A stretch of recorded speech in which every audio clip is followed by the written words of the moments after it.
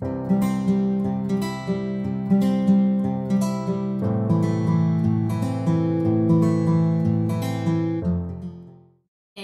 hello tout le monde, j'espère que vous allez bien, j'espère aussi que vous avez bien profité des fêtes de Noël pour ceux qui fêtent Noël, que vous avez pu profiter de votre famille, que vous avez été gâtés, que vous avez aussi gâté votre entourage. Et donc aujourd'hui, on se retrouve donc pour une vidéo un petit peu particulière, donc ça va être une vidéo tuto. Alors j'avais publié déjà une vidéo il y a quelques mois sur Instagram, donc comment démarrer la méthode avec vraiment de A à Z tout expliqué. Et en fait, je me suis aperçue que je ne l'avais pas mis sur YouTube. Donc, je pense aussi aux personnes qui ont seulement YouTube et qui n'ont pas Instagram. Donc, on va rectifier ça. Je vous explique tout de A à Z. Comme ça, si vous hésitez encore à commencer cette méthode où vous voulez vous y mettre, vous allez pouvoir suivre les indications. Et puis, si vous avez déjà commencé il y a quelques temps, mais que vous avez l'impression que c'est pas très clair, qu'il y a des petits loupés, bah, ça vous permet un petit peu de reprendre ça et de vous rafraîchir un petit peu la mémoire et de revoir un petit peu votre budget. Voilà. Donc, on regarde ça tout de suite. Donc, je vais vous expliquer comment faire de A à Z. Donc, moi, j'ai fait de cette façon-là. Ensuite, il y a différentes façons de faire. Moi, ma méthode, c'est celle qui me convient.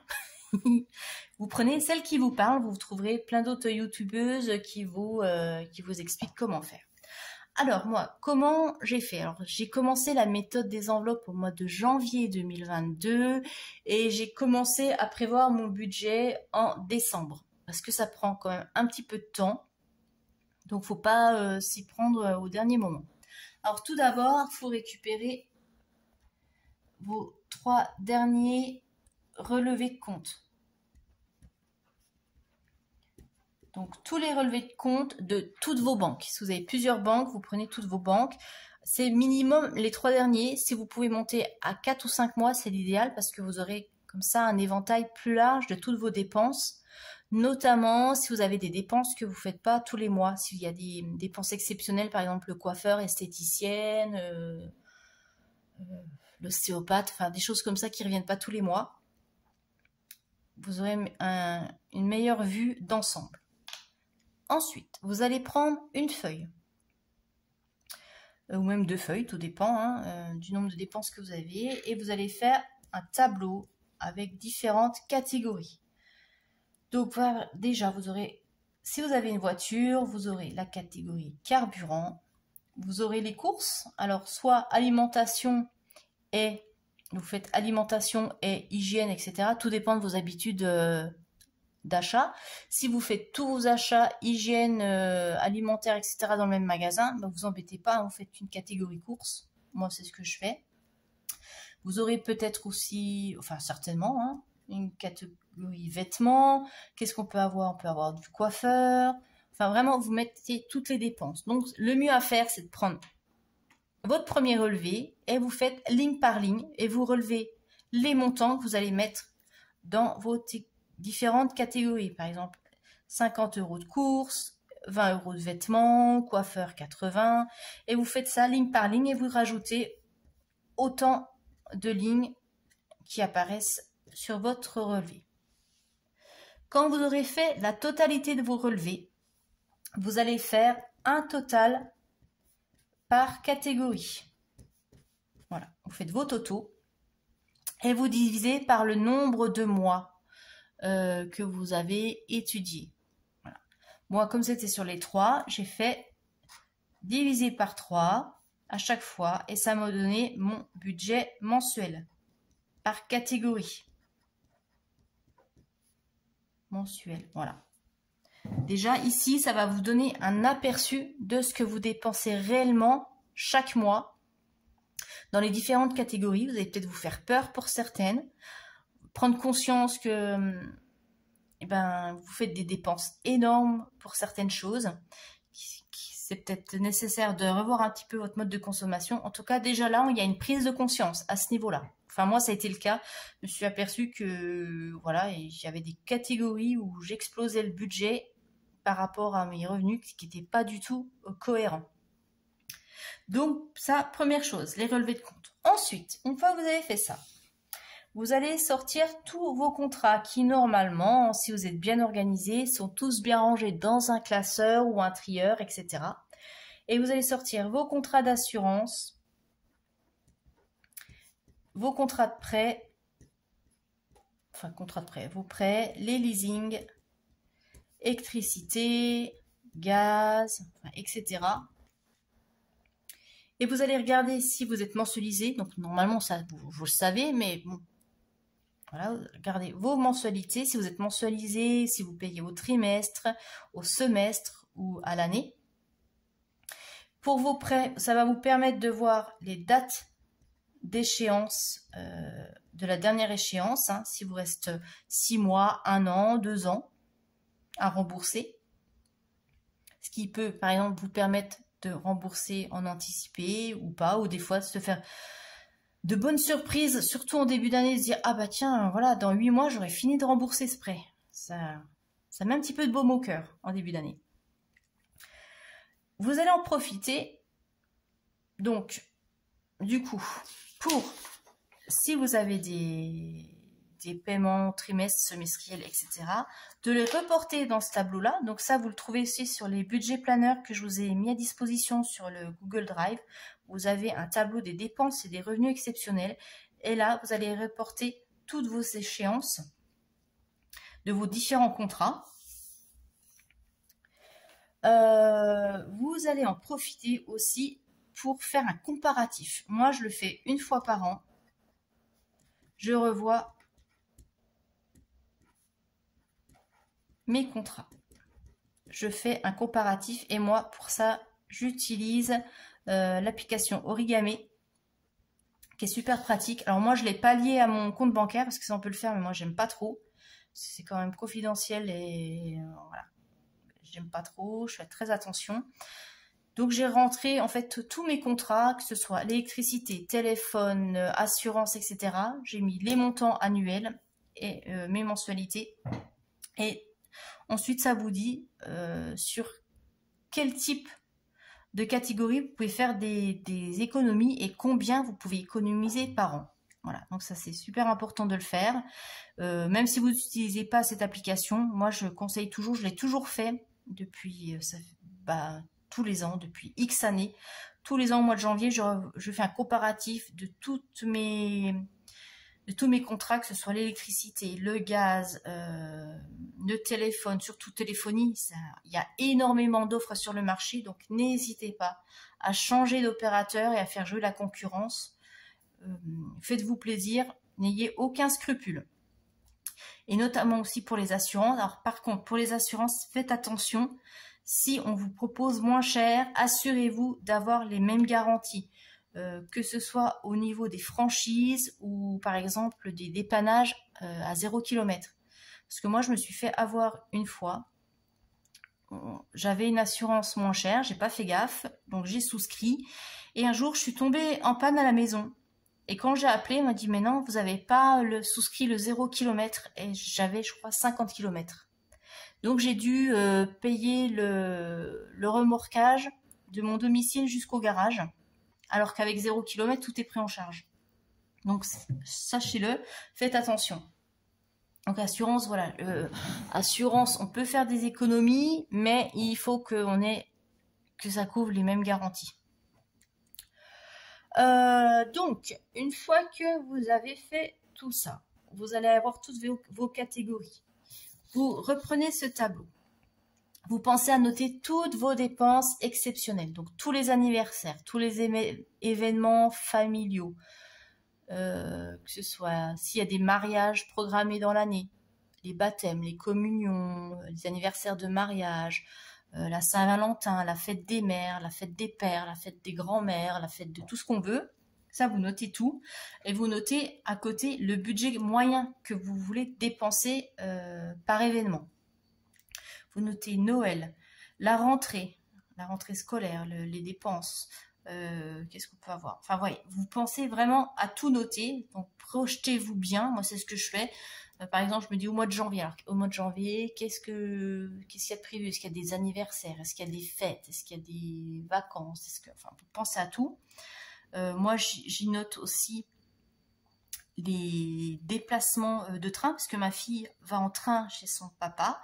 Donc, je note quand sont les vacances, et le mois précédent, je me note réservation du train et je mets le montant du billet. Comme ça, je sais que quand je ferai mon budget mensuel, je me reporte à ce tableau et comme ça, je suis sûre de ne rien oublier.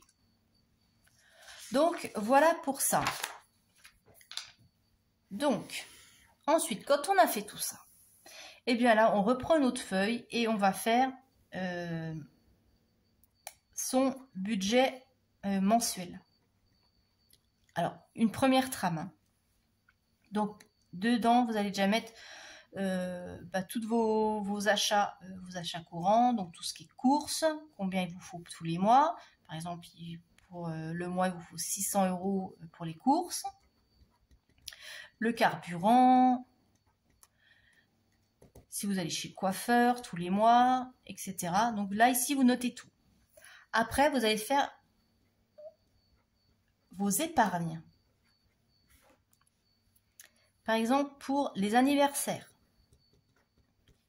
Vous reprenez votre petit tableau, vous additionnez tout, vous dites, bah tiens, pour les anniversaires, pour l'année, admettons, il me faut 600 €. Ce qui peut... Voilà, dans les anniversaires, on peut avoir les cadeaux. Si on reçoit, pour faire de la déco, le repas, etc., il faut 600 € pour l'année, pour les vacances. Qu'est-ce qu'on peut avoir d'autre? Noël, etc. Vous faites vraiment tout. Les week-ends, si vous partez en week-end, voilà, vraiment tout prévoir. Et ensuite, quand vous avez ces montants annuels, eh bien, il va falloir un petit peu vous projeter. Et voir combien il vous faut épargner par mois pour obtenir ce budget. Donc par exemple, bon, là, les anniversaires, mettons, voilà, c'est d'ici décembre. Alors moi, les anniversaires, c'est toujours à N+1. Là, pour 2023, par exemple, je vais mettre de côté pour les anniversaires 2024. Après, par exemple, Noël, comment dire? Noël, admettons, allez, il faut 400 €. Ce qui va comprendre les cadeaux, la déco, le repas. Mais vous commencez vos cadeaux Noël, admettons, au mois de novembre. Donc là, il ne vous faut pas 400 € pour le mois de décembre. Il vous les faut pour le mois de novembre. Ce qui veut dire que ça va être sur 11 mois. Donc, c'est simple, vous allez prendre votre petite calculatrice, vous allez faire vos 400 € divisé par le nombre de mois épargnés, donc 11 mois. Et on arrive à 36 €. Bon, 36 €, c'est pas évident de les faire, donc on arrondit à 40 €. Voilà.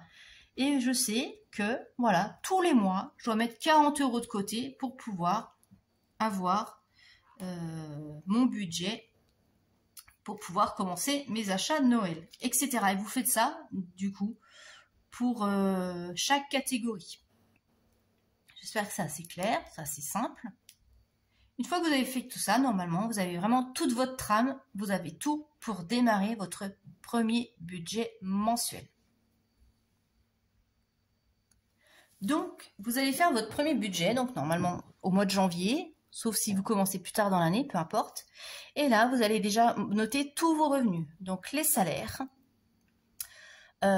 si vous avez de la CAF, si vous avez des pensions alimentaires, s'il y a des revenus autres, des primes, etc. Vous allez noter là, vous allez faire votre total, ça vous donnera déjà votre total, vos revenus totaux, pardon. Ensuite, tous vos crédits dettes. Donc, si vous avez des prêts en cours, c'est là que vous allez mettre les mensualités.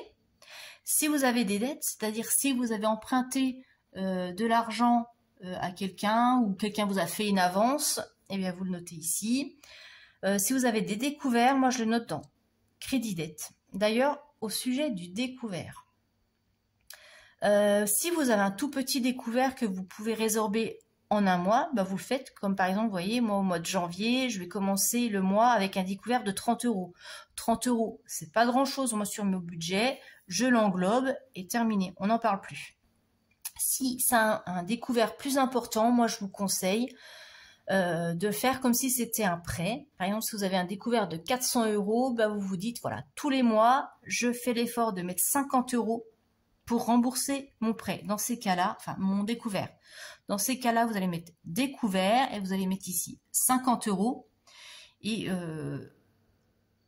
sur le nombre de mois pour pouvoir arriver à rembourser la totalité du découvert. Alors attention aussi, justement, pendant ces mois où vous allez rembourser votre découvert, de ne pas creuser votre découvert. Donc c'est pour ça que c'est très très important de bien maîtriser votre budget pendant ce temps-là pour pas augmenter. Donc moi je vous conseille, si vous avez tendance à craquer sur la carte bleue, vous la mettez, vous la laissez dans un coin à la maison et vous l'emmenez plus avec vous. Au moins vous ne serez pas tenté de craquer. Moi c'est ce que j'ai fait les premiers mois. Hein. La carte bleue restait à la maison, comme ça j'étais pas tentée. Parce que c'est vrai que des fois j'avais ce réflexe, je dis ah bah j'ai pas assez en espèces, c'est pas grave, hop je vais faire une carte. Et après je dis merde non j'ai pas ma carte. Bon bah on repose ci, on repose ça. Et puis après bah, ça devient une habitude. Hein. Maintenant elle est dans mon portefeuille mais je l'utilise même pas, à part pour mettre l'essence. Il n'y a pas de craquage. Donc attention voilà quand vous remboursez vos découverts de bien respecter votre budget. On serre la ceinture, on fait peut-être un sacrifice mais ça en vaut le coup. Voilà. Sinon, si vous dites je rembourse 50 € mais que vous continuez de creuser le découvert, vous n'arriverez jamais au bout. Ensuite, dans les dépenses fixes, bah là vous mettez toutes vos charges fixes, hein, le loyer, le gaz si c'est mensualisé, enfin tout ce qui est mensualisé, la cantine scolaire, le téléphone, l'internet, etc. Cotisation de compte, tout ça, ça va ici. Moi j'ai virement permanent parce que depuis des années j'ai un virement tous les mois de 50 € vers mon livret. Donc si vous avez des virements permanents, vous pouvez les mettre là et c'est peut-être aussi l'occasion de faire l'effort de mettre un virement en place. Votre conseiller bancaire, s'il voit que tous les mois vous faites l'effort de mettre de l'argent de côté, je peux vous dire qu'il aura déjà une autre vision des choses et quand vous allez aller le voir pour lui demander certaines choses, déjà il sera un peu plus ouvert d'esprit. Les dépenses variables, ici, ça peut être le carburant. Moi, quand il y a du péage, je le note aussi ici. Enfin, voilà, tout ce qui tombe de temps en temps, mais n'est pas mensualisé et n'est pas dans un prêt. Dans les enveloppes, moi, je mets, du coup, tout ce qui est alimentation, l'argent de poche, enfin, voilà, tout ce qui fonctionne en enveloppe cash ou virtuelle. Alors, je fais une petite parenthèse pour les personnes qui font des enveloppes virtuelles. Alors, attention, ça demande d'être extrêmement rigoureux parce que virtuel, ça veut dire que vous ne retirez pas le cash en début de mois, mais que vous faites vos enveloppes virtuelles et que vous payez en CB. Alors, attention, justement, si vous avez tendance à cramer la CB, moi, je déconseille, surtout au début. Mais après, chacun fait comme il veut. Moi, je préfère fonctionner en cash. Pour moi, au moins, c'est plus sûr. Et je vois vraiment, réellement, physiquement, l'argent que je donne. C'est vrai qu'avant de cramer un billet de 20 ou de billet de 10, je réfléchis à 2 fois, à savoir si mon achat est vraiment nécessaire ou si c'est juste un craquage parce que j'ai envie de m'acheter quelque chose. Voilà. Alors qu'avec la carte, on s'en fout. Hein. On passe la carte et c'est bon. Voilà, donc une fois que vous avez fait tout ça, vous allez déduire toutes vos enveloppes, vos dépenses, etc. de vos revenus. Et ça vous donne un total ici. Et moi, ce total, c'est là que je répartis dans mes diverses épargnes. Et je fais par épargne prioritaire. Voilà. Donc ça, après, vous fonctionnez suivant. Vous allez reprendre vos épargnes que vous avez notées ici sur votre feuille et vous allez les répartir ici. Et normalement, vous êtes à 0. Voilà, ne mettez pas du moins. On épargne vraiment avec l'argent qu'on a sur le compte. Enfin, sur le compte. Sur le budget. Si là, il vous reste 100 €, il vous reste 100 € à répartir dans vos différentes épargnes. Et vous faites par ordre de priorité. Voilà.